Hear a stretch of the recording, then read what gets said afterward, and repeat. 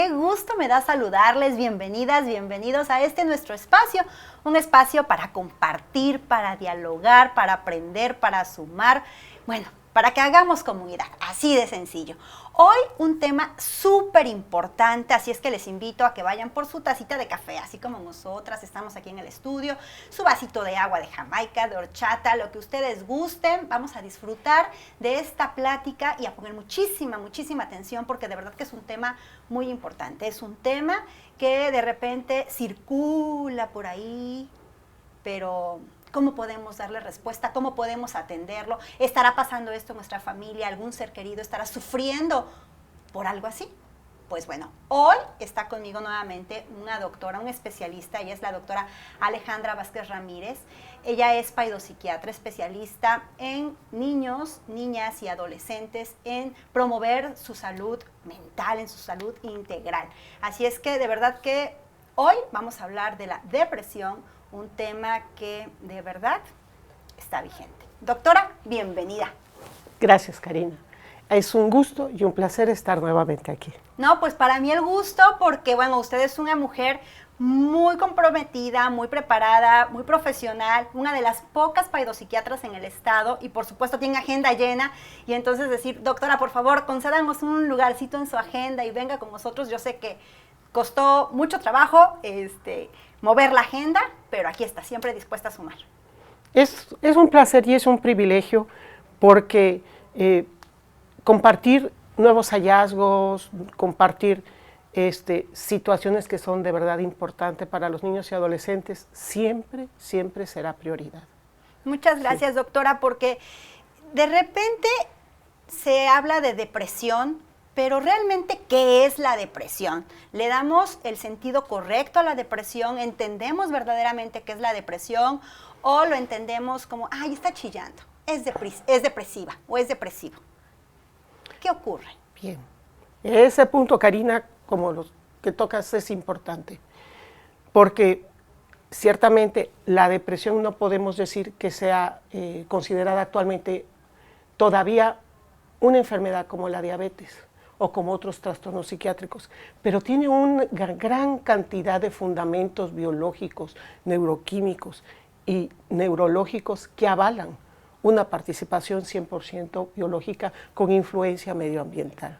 Sin embargo, la gran confusión entre nosotros las personas es, bueno, ¿qué es un estado depresivo como entidad nosológica y qué es simplemente una reacción de tristeza normal?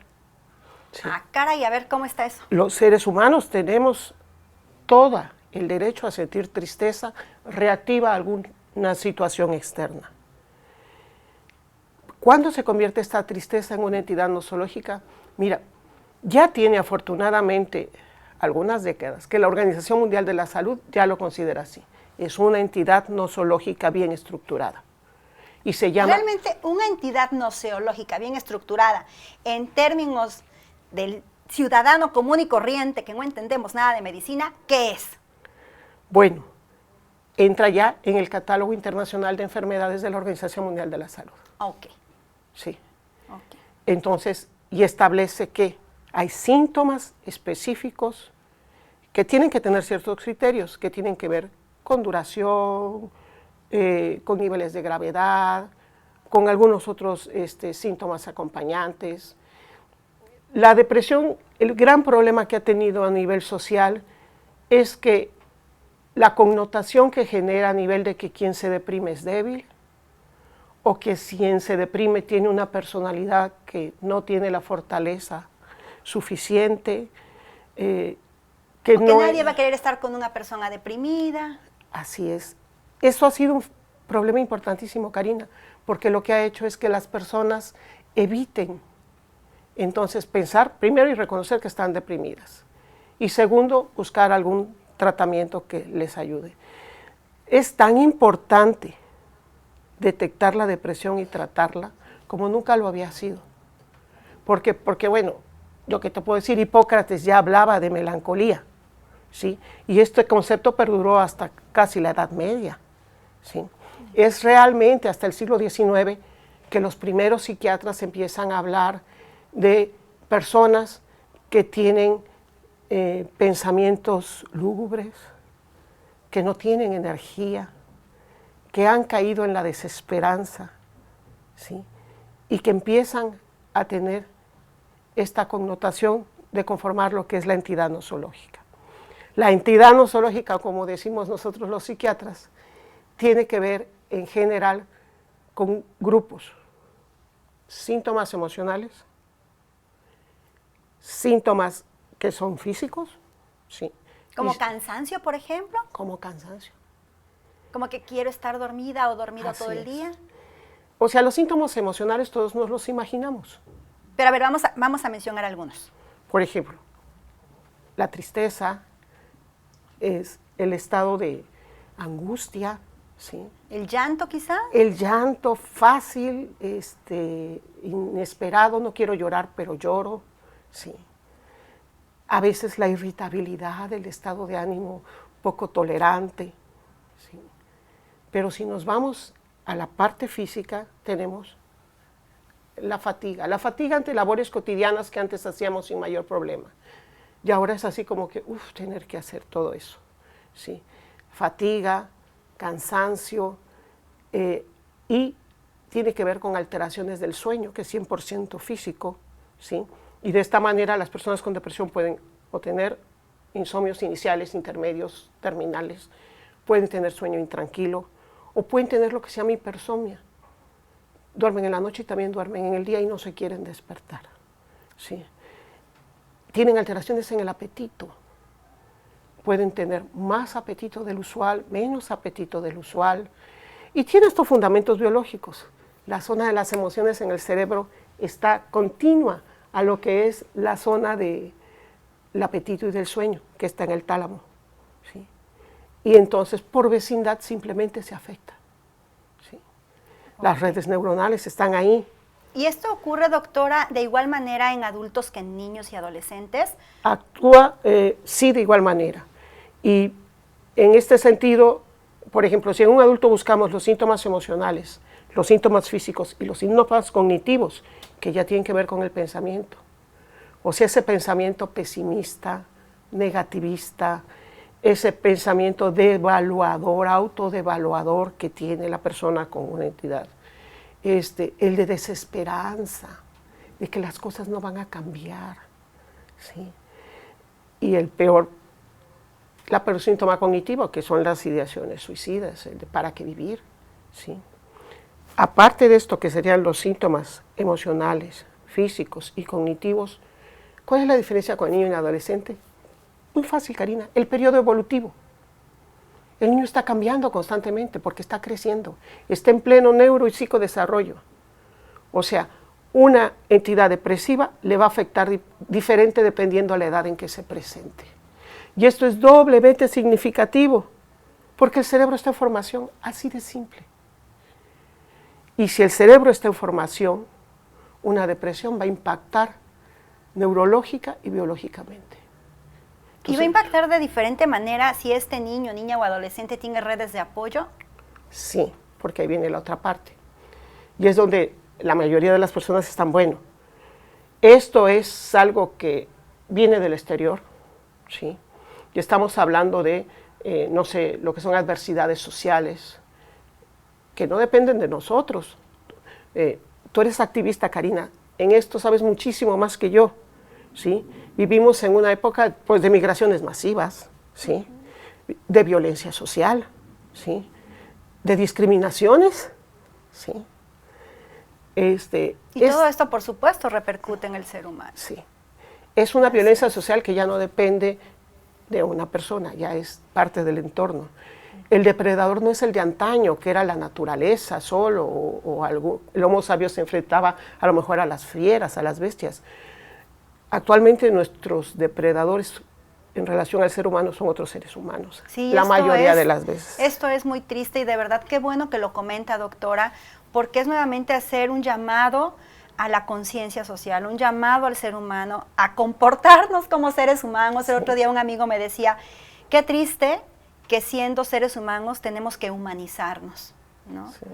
Y entendernos como parte de un todo y como iguales también.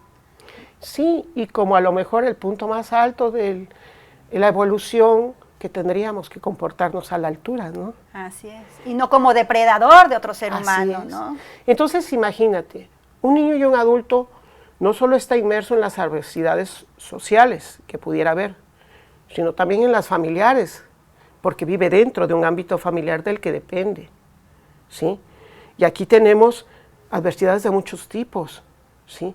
Padres que tienen sus propios problemas psiquiátricos, y no te estoy hablando de esquizofrenia, sino de sus propias depresiones, de sus propios trastornos de ansiedad, de sus propios trastornos de conducta, ¿sí?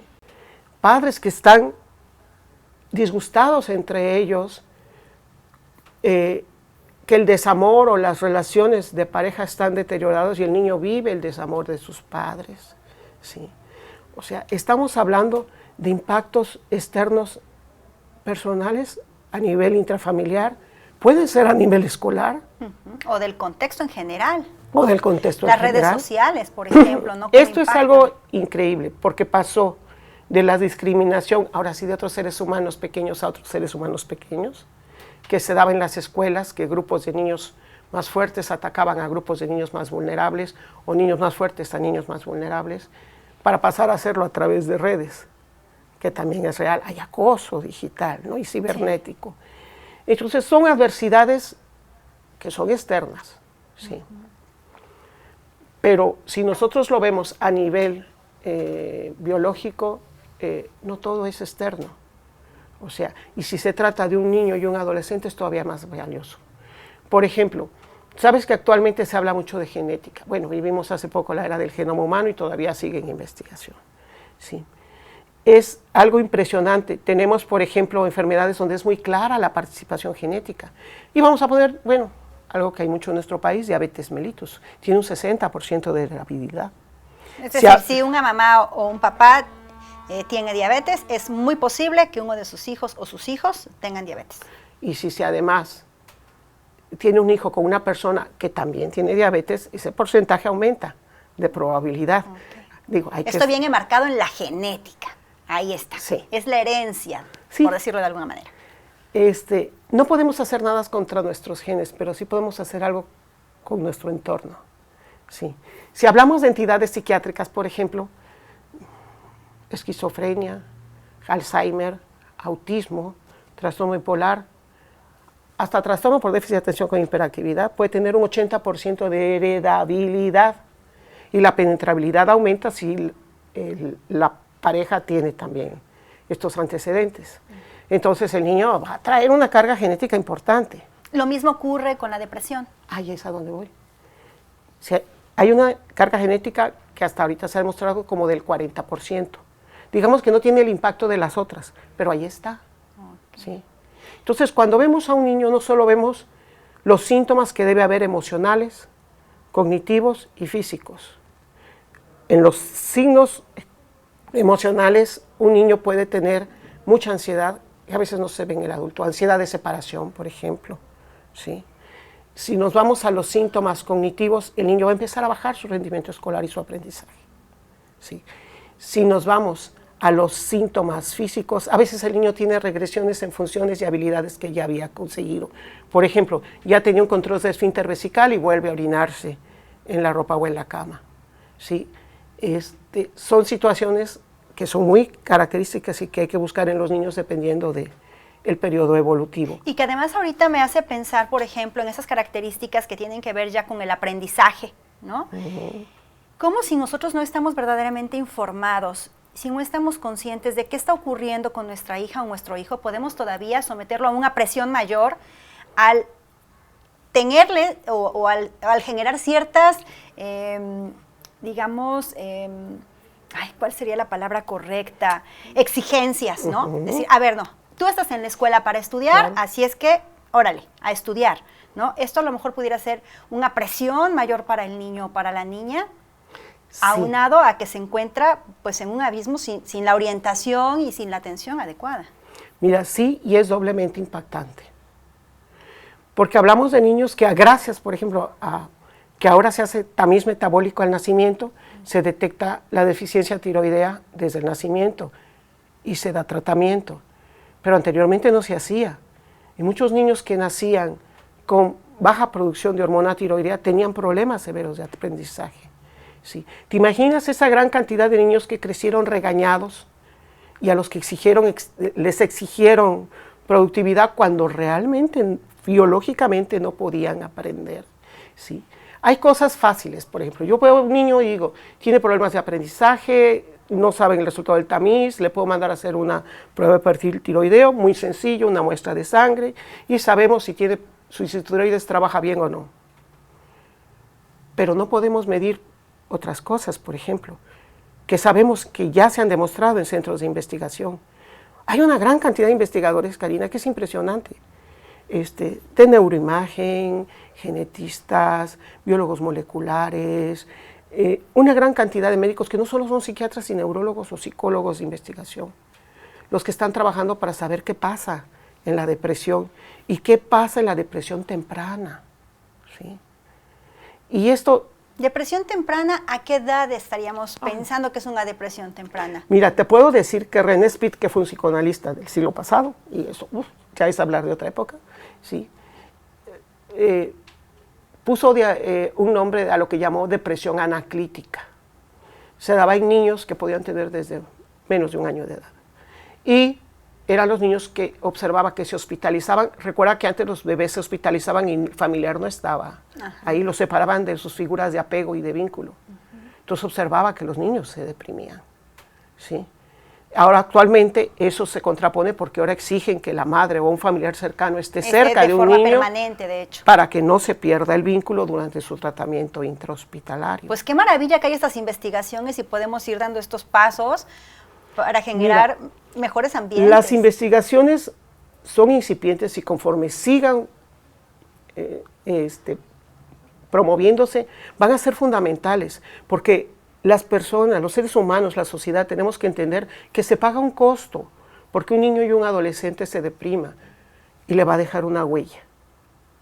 Lo que se ha demostrado, y esto es grave, Karina, es que si hay una afectación en las interconexiones y en las redes neuronales, hay una disminución de la producción de ciertos neurotransmisores cerebrales. ¿Sí?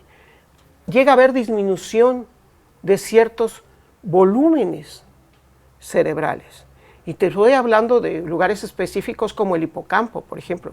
El hipocampo está en una parte de la última parte más chiquitita y recondida del lóbulo temporal en el cerebro, pero ahí se guarda toda nuestra memoria y es fundamental para todo nuestro aprendizaje. ¿Sí?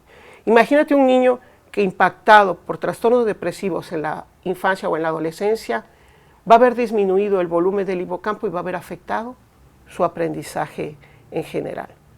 También se ha demostrado disminución del volumen, por ejemplo, de la glándula, porque es mitad glándula y mitad tejido neuronal, hipófisis. Y esto hace que tenga una hiperactividad. Acuérdate que la hipófisis tiene que ver con la reacción de huida y ataque, que también es atávica, también es prehistórica, ¿sí?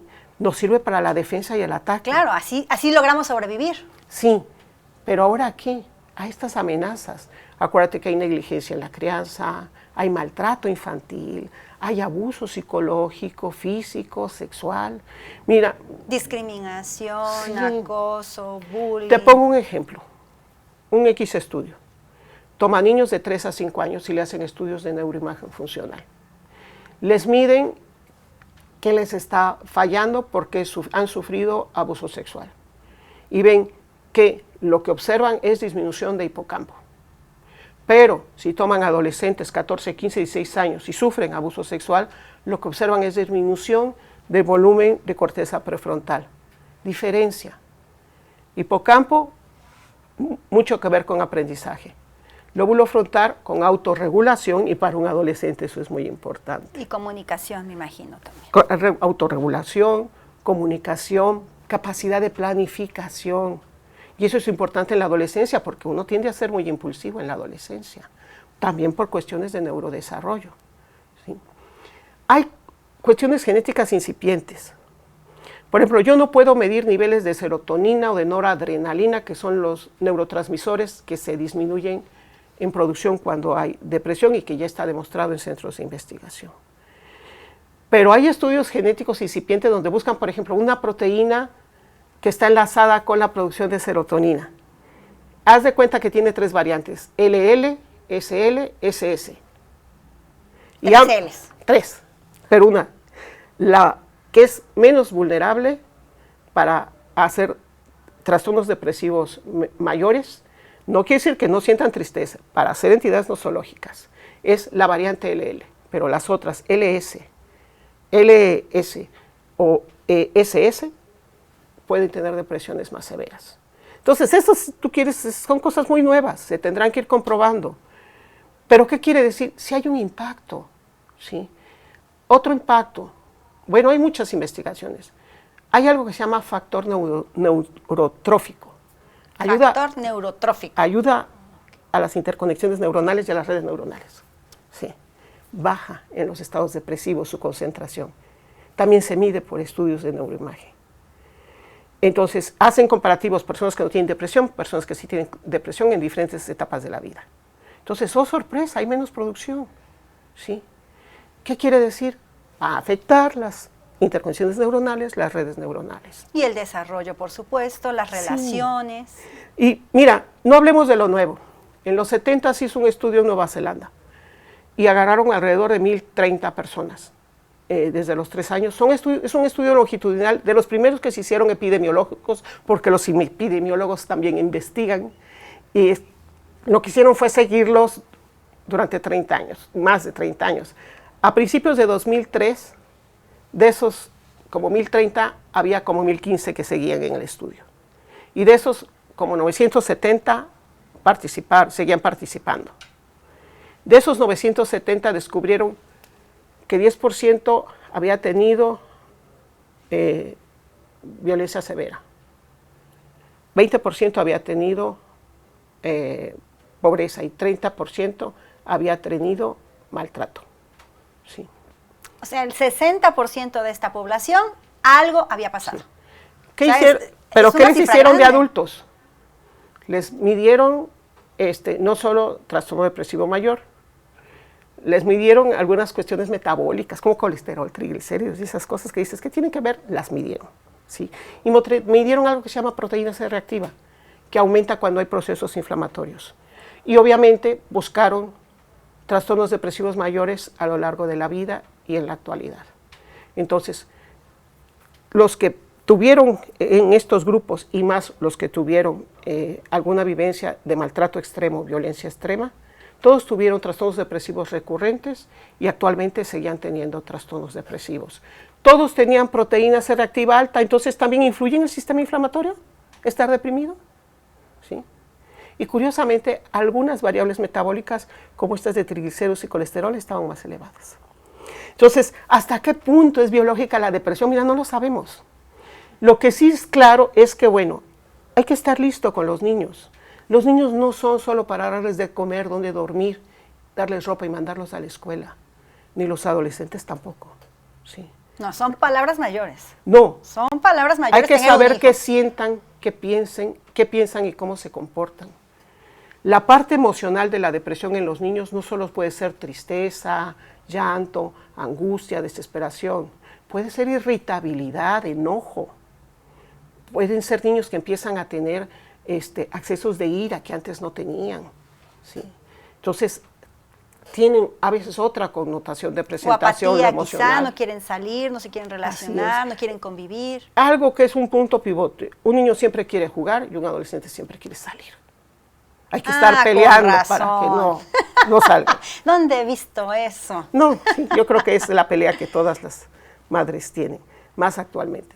Pero bueno, son cosas importantes. Hay que ver lo físico, ¿sí? Y sobre todo estas actitudes regresivas en el desarrollo, ¿sí? Y hay que ver sobre todo a nivel de pensamiento que no pueda haber ideación suicida. Sí, fíjese, hace un momento usted comentaba que puede haber un componente genético, ¿no? Es decir, por ejemplo, si la abuelita o el abuelito tenía depresión o era una persona que constantemente vivía con este diagnóstico, ¿no? Bueno, pues a lo mejor los hijos, los tíos igual, ¿no? Y entonces a lo mejor pues la generación pues lo mismo. Pero eso no quiere decir que porque esté en nuestra genética tenemos que decir, ¡ay, ya me tocó! Ya No. me tocó a mí y entonces a sufrir duro y tupido, se ha dicho. No, no tiene que ser. Ok. Lo que tiene que hacer una persona que sabe que es vulnerable es prepararse, primero estar consciente Ajá. y prepararse para afrontar los estresores. Por ejemplo, hay muchos tipos de depresión. Tenemos el trastorno depresivo mayor. Necesita tener síntomas emocionales, cognitivos y físicos. Pero también necesita tener algunos criterios de gravedad, leve, moderada o grave, y necesita tener una cierta duración. ¿Sí?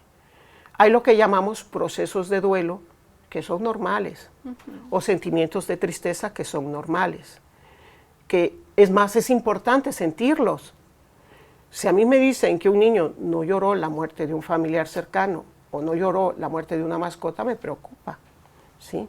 Lo normal es que lloren y que les duela la pérdida. Claro. O sea, eso no es depresión, para eso no hay que dar antidepresivos, ¿sí? Hay que acompañar hasta que se resuelve, y normalmente se resuelve, ¿sí? El verdadero problema es cuando no se resuelve, Karina, ¿sí? Yo lo que realmente haría es una invitación a acercarse a conocer a sus hijos, ¿sí? Acercarse a ellos y saber cuando están teniendo alguna situación de riesgo y acudir a una valoración. Claro, esto que comenta es bien importante y bueno, el tiempo se nos terminó, creo que con eso cerramos, con la invitación a estar siempre muy al pendiente de nuestras hijas y de nuestros hijos, a saber que bueno, si estamos viviendo una situación como esta en casa, en familia, tiene una solución, hay tratamientos específicos, por supuesto, ¿quién es el tratamiento específico? El especialista. Una depresión no debe ser atendida por un vecino. O sea, eso de que, ay, pues mi hijo está deprimido, mi hija está deprimida, pues voy y le platico a la vecina, y ya la vecina me dice, bueno, pues úntale esto, cántale, voltéalo. Digo, son muy buenas intenciones, pero estamos hablando de salud mental y, bueno, todas las implicaciones que esto lleva. Doctora, muchas gracias por habernos acompañado. No, Karina. Me la voy a robar para otro programa más, Ay, porque gracias. sí quiero que hablemos de un paso todavía más grave. ¿Y cómo podemos evitarlo? ¿Cómo podemos llegar al suicidio? ¿Cómo podemos hacer que nuestras hijas, hijos y adolescentes no vivan una situación así? Vaya, ni siquiera lo piensen, ¿no? Así es que les invito a que estén pendientes el próximo programa. Bueno, el siguiente mes. El siguiente mes. Les agradezco muchísimo que nos hayan acompañado. Les invito a que le den like, a que compartan este video, a que hagamos comunidad, a que nos dejen sus mensajes, dudas, sugerencias. La doctora me va a apoyar a contestarlos. Entonces, de verdad, hagamos comunidad porque este espacio es para todas ustedes y para todos ustedes. Les mando, como siempre, un cariño tremendo que nace de mi corazón hacia todos ustedes. Hasta la próxima.